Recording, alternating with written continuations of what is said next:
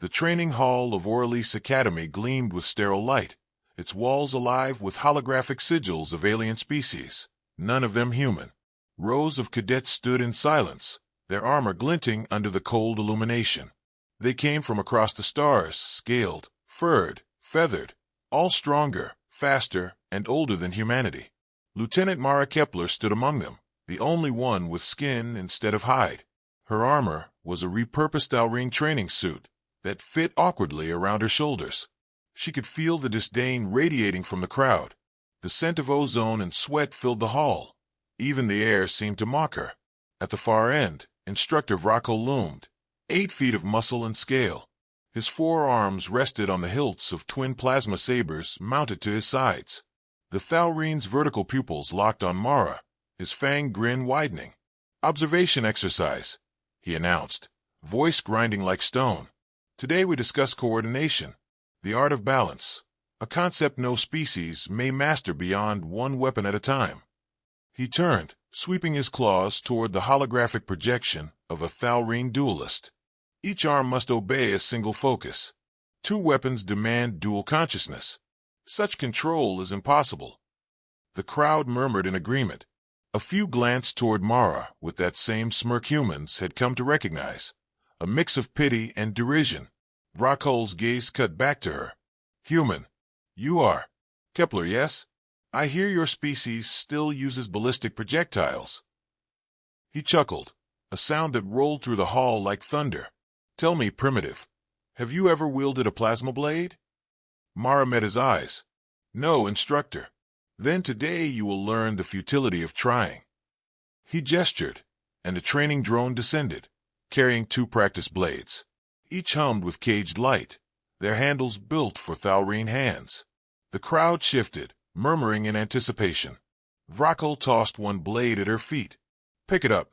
Let us see what humanity calls coordination." She stepped forward, lifting the weapon. It was heavier than she expected, the hilt too broad, the vibration strange against her palm. The energy sang with alien technology, alive and dangerous. "Activate," Vrako ordered. She thumbed the switch, and a sapphire blade flared to life. The heat brushed her face. It was beautiful, like holding lightning. "Strike me," the instructor said, spreading his arms. Mara hesitated. Every instinct screamed trap. "Obey your instructor," he barked. She lunged. Vrako blocked effortlessly, his claws snapping forward with mechanical precision. Sparks flared.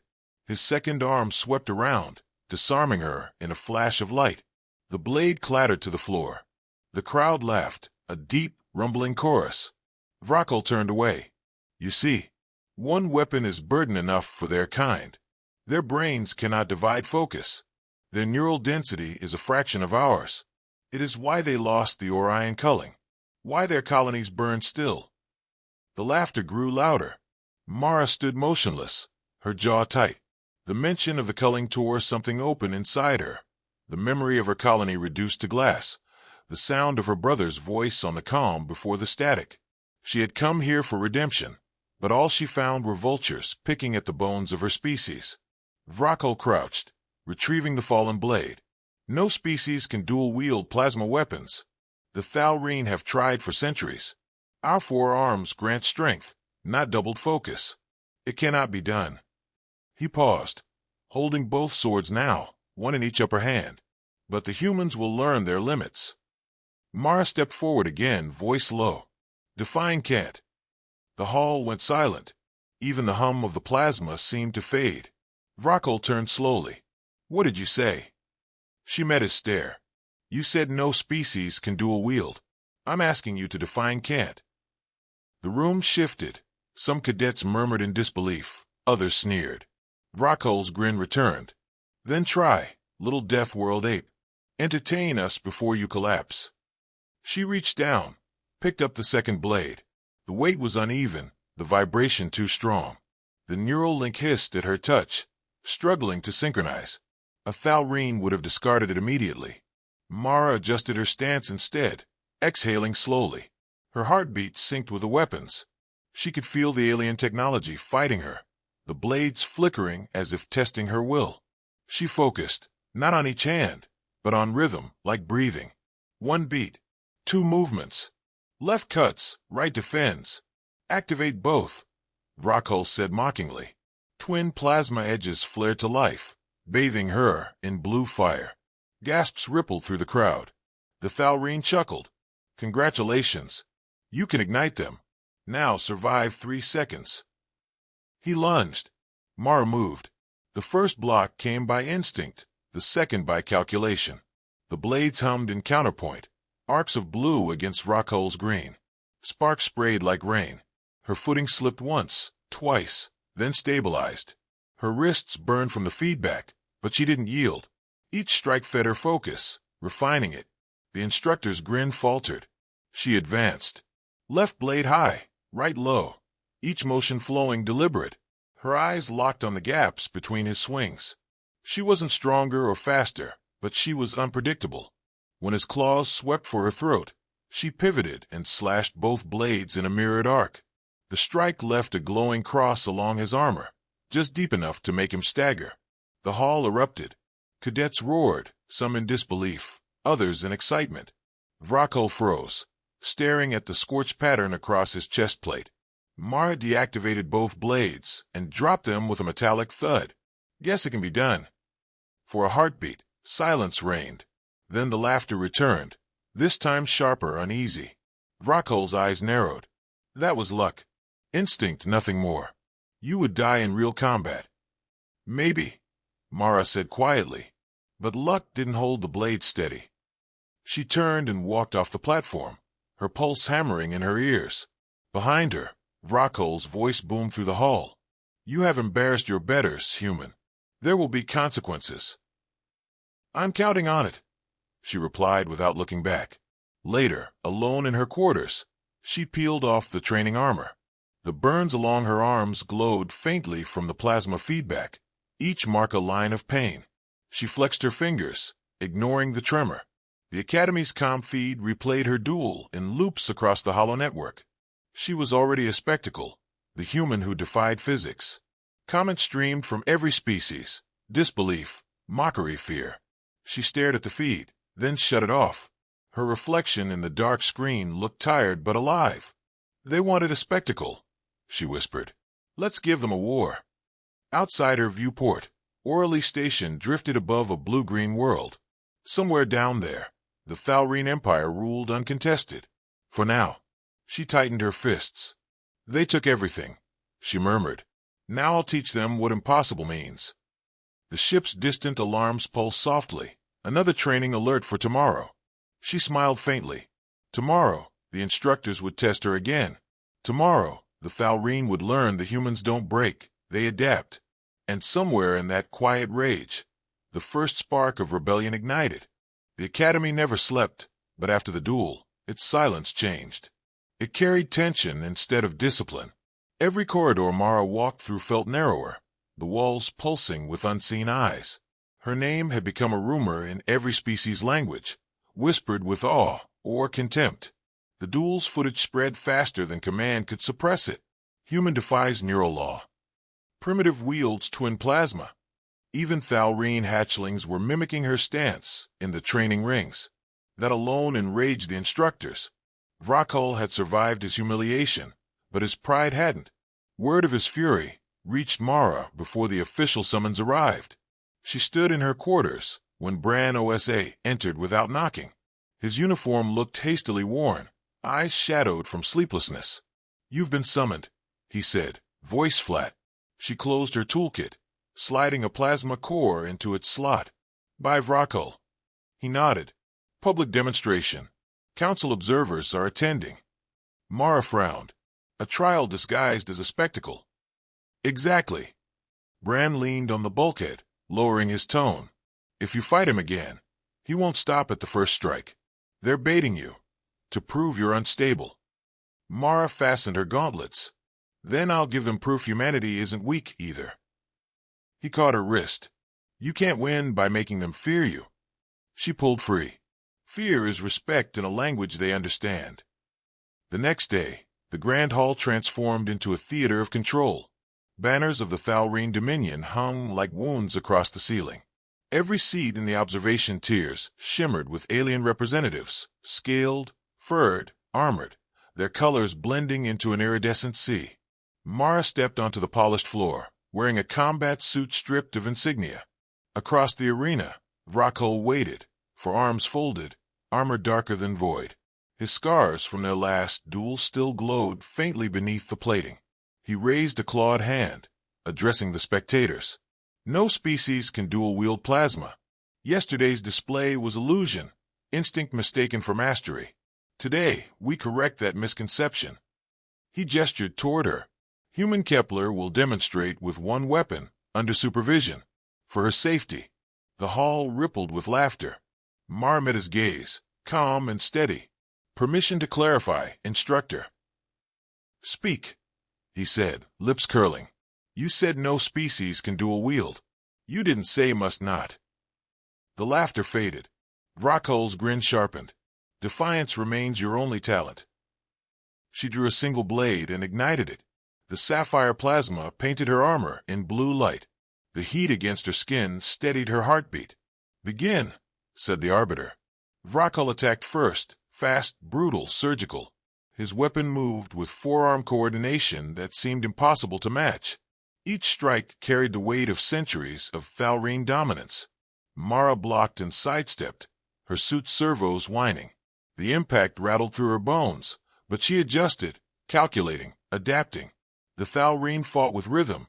Humans thrived in chaos. His next swing grazed her side, burning through the armor. Pain flared, but she ignored it. In that instant, her focus sharpened to a single point. She dropped low, rolling under his guard, and drew the second blade. The hum filled the hall like a living thing. Gasps followed. Deactivate that weapon. Vrockel barked. Mara rose, both blades burning. Make me. He roared and charged. The duel became light and fury.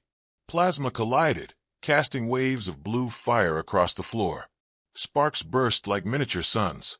Mara moved through it, fluid, relentless. The first duel had been instinct. This was precision. Each swing followed intent, not rage. She didn't fight him strength for strength.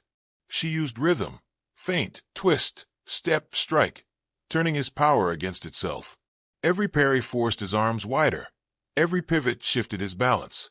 Her blades danced like thought made metal. The audience had fallen silent. Only the hiss of plasma and the thunder of their movements filled the hall. Vrockel's frustration broke his form. He overextended, claws missing her by inches. Mara pivoted, crossing both blades in a mirrored arc. The energy clash cracked his armor, scorching deep into his chest plate. He staggered. The scent of burnt alloy filled the air. Mara deactivated both blades and dropped them with a hard metallic clang. That's twice. The crowd erupted into chaos, voices shouting in dozens of dialects, translators scrambling to keep pace. The arbiters shouted for order, but Vrockel lunged before anyone could intervene. His claws slashed toward her throat, driven by blind fury. Mara caught his wrist mid-swing and twisted, using his momentum to drive him to the ground. The move was purely human, inelegant but effective. She pressed his arm to the floor until the servos in her suit groaned. Enough, the arbiter yelled. She released him and stepped back, eyes unblinking. Vrockel rose, trembling with rage. You are a genetic mistake, he hissed. No discipline, no honor. Mara's tone stayed even. You mistake restraint for weakness. The hall's silence returned, heavier this time. The council's representative, an insectoid diplomat, finally spoke. Human Kepler, you have demonstrated unconventional control. Pending review, your techniques will be analyzed for integration. Integration. The word sounded harmless. It meant surveillance. Containment. Mara bowed slightly. Understood. Vrockel turned away, but his parting whisper carried to her. You will regret surviving today. Back in the human barracks, Bran met her at the doorway. The holographic feed of the duel glowed across the walls, already spreading through military networks. He didn't smile. They've issued restrictions on human tech research, effective immediately. Expected, she said, removing her gauntlets. He handed her a datapad. What's this? Intercepted transmissions from Dominion Command. Fleet maneuvers near the frontier. They're calling it a readiness exercise. Mara read the coordinates. Everyone pointed to former human colonies. They're preparing to cleanse the frontier, she said quietly. Brand folded his arms. Then what's our move? She looked up, ice cold. We build something they can't anticipate. He frowned. We don't have resources. We have knowledge, she replied. Their technology depends on centralized control. But humans think in fragments, in improvisation. I've been developing a system, Project Echo. One mind, multiple machines, linked through adaptive feedback. It mirrors dual-wielding logic on a strategic scale. Brand stared at her. You're weaponizing instinct. I'm weaponizing evolution. For a moment neither spoke.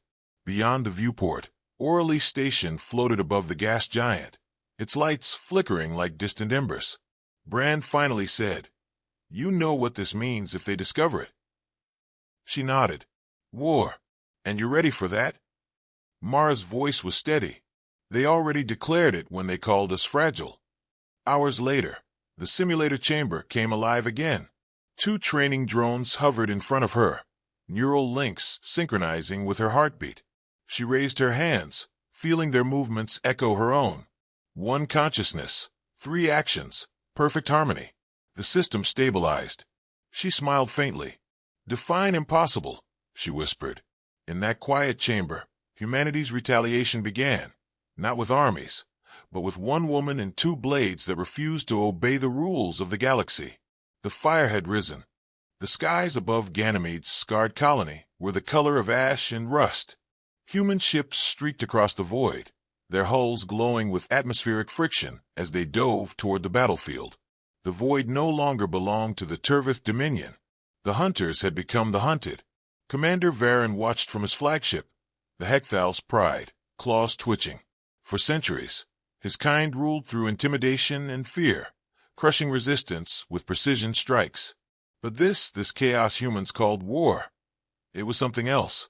Their tactics defied logic. They did not retreat when cornered. They turned every loss into fuel for vengeance. They are outnumbered 3-1, hissed his second-in-command, adjusting the targeting hololith. They should have broken hours ago. Varen's slit pupils narrowed. They don't know how to break.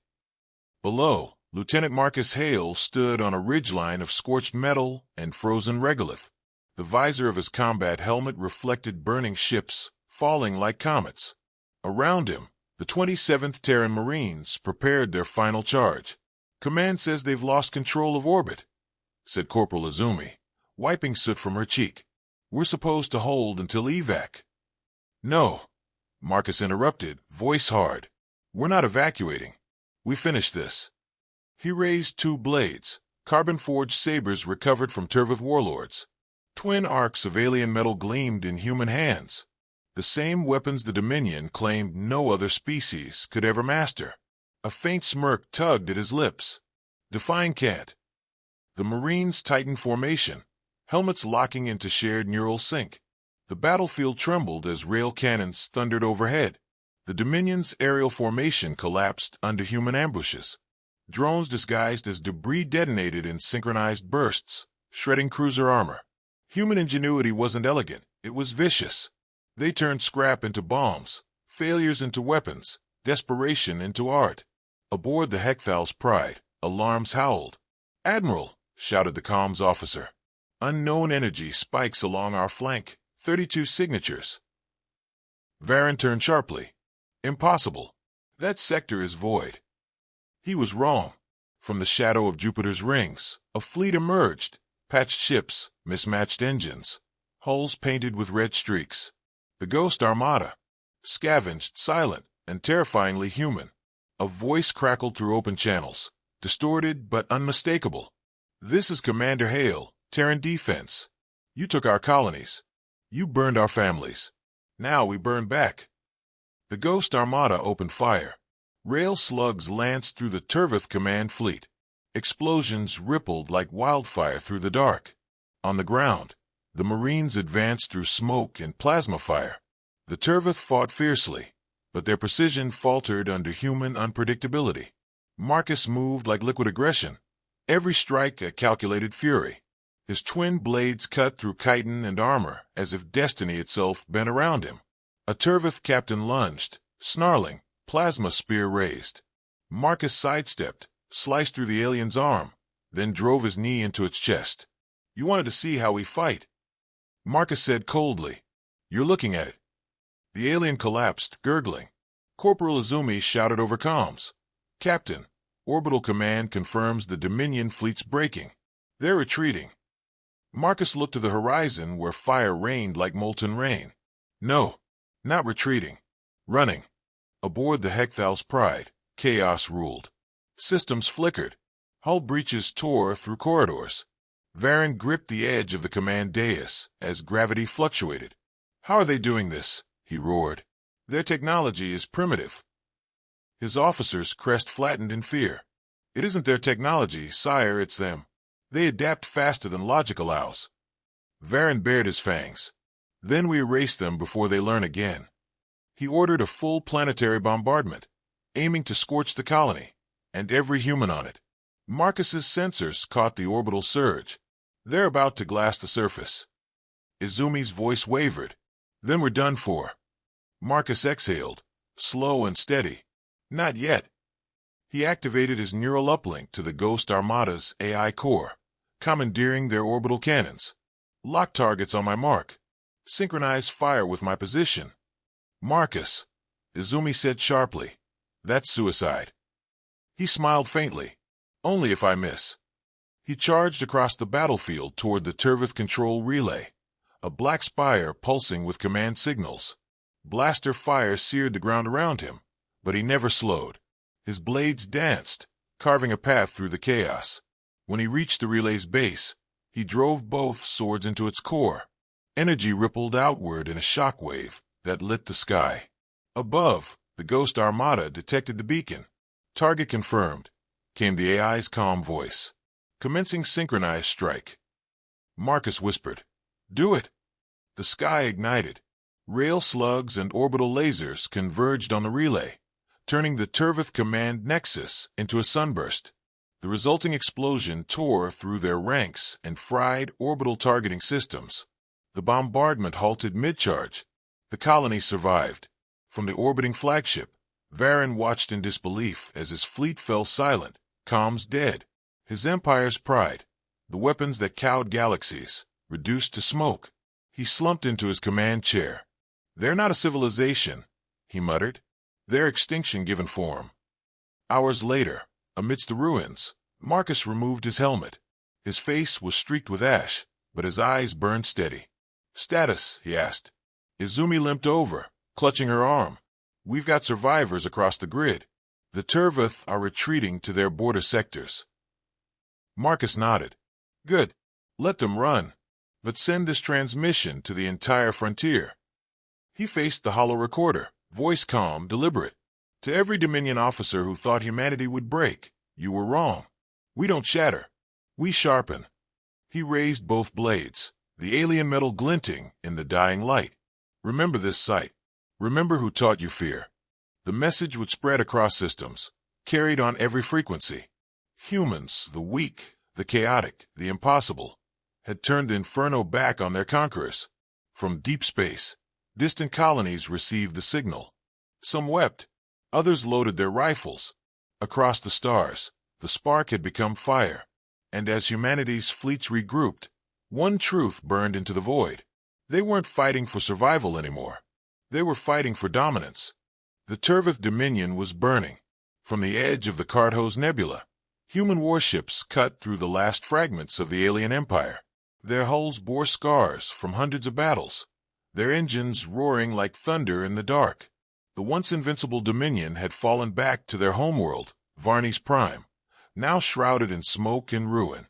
Commander Marcus Hale stood in the war room of the TDS Resolute, his armor blackened, his expression carved from iron. Across the holotable, a projection of Varney's rotated slowly. Cities in flames, orbital defenses in tatters. "Status?" Marcus asked.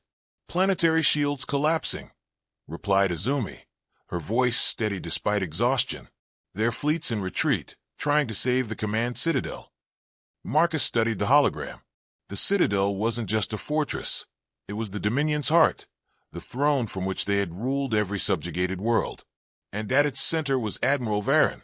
He remembered Varen's broadcast months ago, the smug declaration that humanity was unfit to exist beyond its cradle. Now, that same arrogance would end in fire. "Prepare drop teams," Marcus said. "I'm going down there." Izumi turned sharply. "You don't have to lead this one, sir. We can bomb the citadel from orbit." Marcus shook his head. "No. This ends face to face." The dropships pierced Varney's atmosphere like falling meteors. Plasma flak streaked past as they descended through smoke and lightning. Inside the lead craft, the Marines checked weapons and armor in silence. The hum of engines drowned out fear. Marcus stood near the ramp, twin swords strapped to his back. The same alien weapons once forbidden to his kind now served as humanity's symbol of defiance. He looked at his soldiers, worn, bloodied, unbroken. "Remember what they said," Marcus told them quietly. "No species can dual wield. No human could stand against them. No one could survive their wars. And yet here we are." The ramp lights flickered green. "Let's prove them wrong one last time." They landed in the ruins of Varney's prime. Black towers jutted from cracked earth, their surfaces scorched by orbital fire. Turvith soldiers scrambled across battlements, their discipline eroding into panic. The air reeked of ozone and ash. Marcus led the charge through the gates. Energy fire tore past, melting steel. The Marines advanced with grim precision, suppressing turrets and clearing corridors. In the heart of the citadel, Varen awaited them, massive, armored in crimson plating, standing before a panoramic window that overlooked his dying world. He turned as Marcus entered, his voice a guttural growl. "You shouldn't have come here, human." Marcus stopped 10 meters away. "I've been waiting to finish this." Varen's eyes gleamed with malice. "You think destroying us makes you powerful? You're parasites that adapted too well. Even now, you copy what you hate." Marcus drew both blades, their edges catching the light. "We adapt because we must. You dominate because you fear change. That's the difference." Varen lunged. The impact rattled the chamber, metal against chitin, sparks flying as blade met claw. Marcus twisted, parried, struck again. Each movement was honed, deliberate. The alien fought with feral strength, but Marcus fought with purpose. "You think fury makes you strong." Varen roared, slamming him against a pillar. "But rage fades." Marcus wiped blood from his lip, smirked faintly. "Then it's a good thing this isn't rage, it's resolve." He feinted left, then drove both swords through Varen's chest. The alien gasped, disbelief contorting his features. Marcus stepped close, voice low and steady. "Humanity isn't your mistake. We're your consequence." He twisted the blades free. Varen collapsed, his body crashing to the floor. The citadel's alarms blared as explosions echoed in the distance. Izumi's voice came through the comms. "Sir, the core is unstable. You need to evacuate now." Marcus looked down at the fallen admiral. "No, I'm staying until this place is gone." He activated his visor's uplink. "Fleet Command, this is Hale. Target coordinates locked. Fire on my signal." "Copy," came the reply, confirming strike authorization. He walked to the window. Below, the capital burned, streets flooded with molten debris, sky split by human gunfire. The Dominion's banners were reduced to cinders. Marcus raised his wrist-comm fire. Moments later, beams of light rained from orbit, lancing through the citadel. The shock wave shattered the structure, vaporizing everything within. When the light faded, the Resolute hovered over the ruins. Static filled the comms until Izumi's voice broke through. "Command confirms the target's neutralized. No Turvith signals remain." A long silence followed. Across every ship in the fleet, weary soldiers listened as the message spread. The war was over. Izumi's tone softened. "We did it, Marcus." He stood at the viewport, watching the smoke rise from the planet below. "No," he said quietly. "We survived it." Weeks later, the Galactic Council reconvened, this time with humanity seated among them. The hall was vast, lined with hundreds of species that once viewed humans as unpredictable savages. Now, they watched with uneasy respect.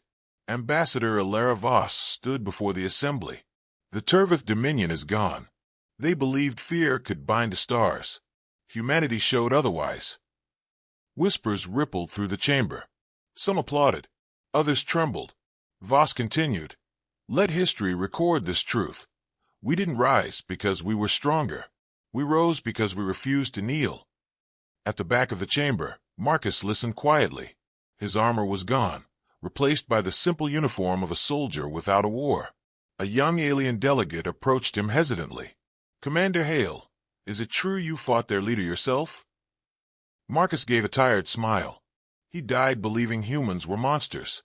Maybe he was half right. The delegate frowned. "And now, what will humanity do?" He looked toward the starfield beyond the council's domed ceiling. "We rebuild, and we remember." Later that night, Marcus stood alone on the observation deck of the Resolute. Varney's prime glowed faintly in the distance, a scar in space, a graveyard of arrogance. Izumi joined him, holding two small metal fragments, the shattered remains of his twin swords. "You should have these," she said softly. Marcus turned the fragments over in his hands.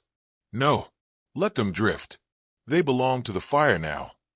Izumi nodded and released the pieces into the void. They floated silently, catching starlight before disappearing into darkness. "Do you think they'll ever stop fearing us?" she asked. Marcus's eyes followed the fading glint. "Maybe, but they'll never forget us." He straightened, shoulders heavy but unbowed. "And that's enough." Across the galaxy, whispers spread among alien worlds. Tales of humans who fought with two blades, who turned despair into strategy, who survived the impossible. They called them reckless, ruthless, unstoppable. And for the first time in history, every empire understood what it meant when humans said, "Define can't."